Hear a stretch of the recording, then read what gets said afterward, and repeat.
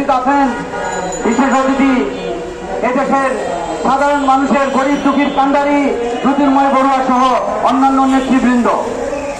আজকে আমাদের বিভিন্ন প্রান্ত থেকে আসা সাধারণ কৃষক জনপ্রতিনিধিদের কাছ থেকে, ভাইদের কাছ থেকে আমরা বিভিন্ন গুরুত্বপূর্ণ কথা শুনলাম। আরো গুরুত্বপূর্ণ কথা শুনবো আমার পরবর্তী বক্তা যারা আছেন ওনাদের কাছ থেকে। আমি দু একটি কথা বলতে চাই। হানিফ ভাই একটু আগে বলেছেন এই দেশের সংবিধানে লেখা আছে দেশের মালিক জনগণ।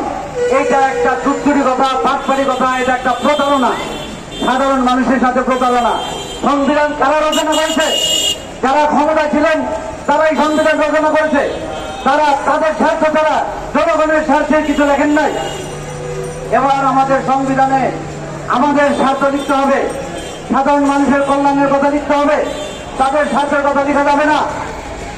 আজকে আমরা এখানে যে দাবি নিয়ে এসেছি, আমাদের কৃষকের জমি নদীতে ভেঙে গেলে সেটা খাস হয়ে যায়। কেন সেটা খাস হয়ে যাবে?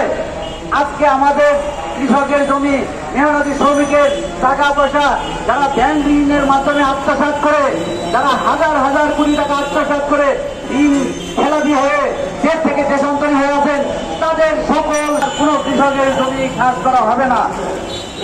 এইদিকে আমাদের প্রধান রাষ্ট্র সংস্কার আন্দোলনের প্রধান সমন্বয়ক আশরাফ তাইয়ুব ভাই আছেন, জ্যোতির্ময় বড়ুয়া আছেন।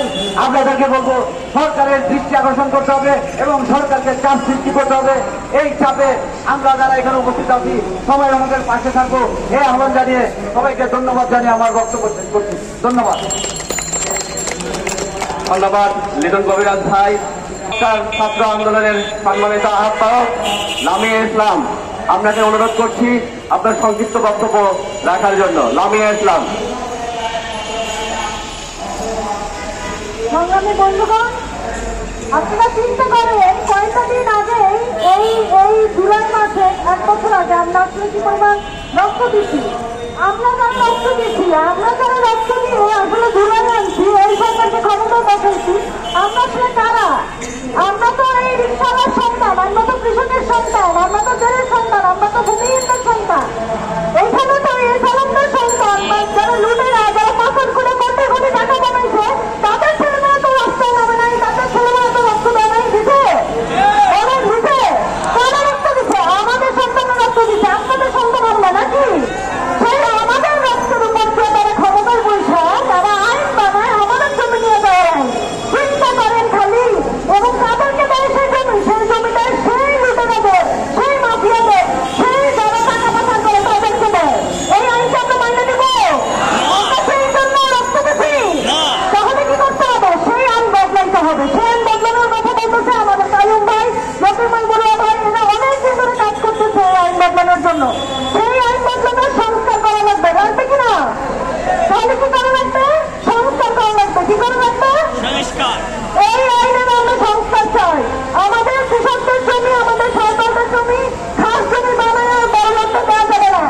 আমাদের পিতামাতার জমি আমরা পাবো নাকি? ফলে এই মুহূর্তে দরকার রাষ্ট্রের সংস্কার, এই মুহূর্তে দরকার বাঁচার জন্য দরকার।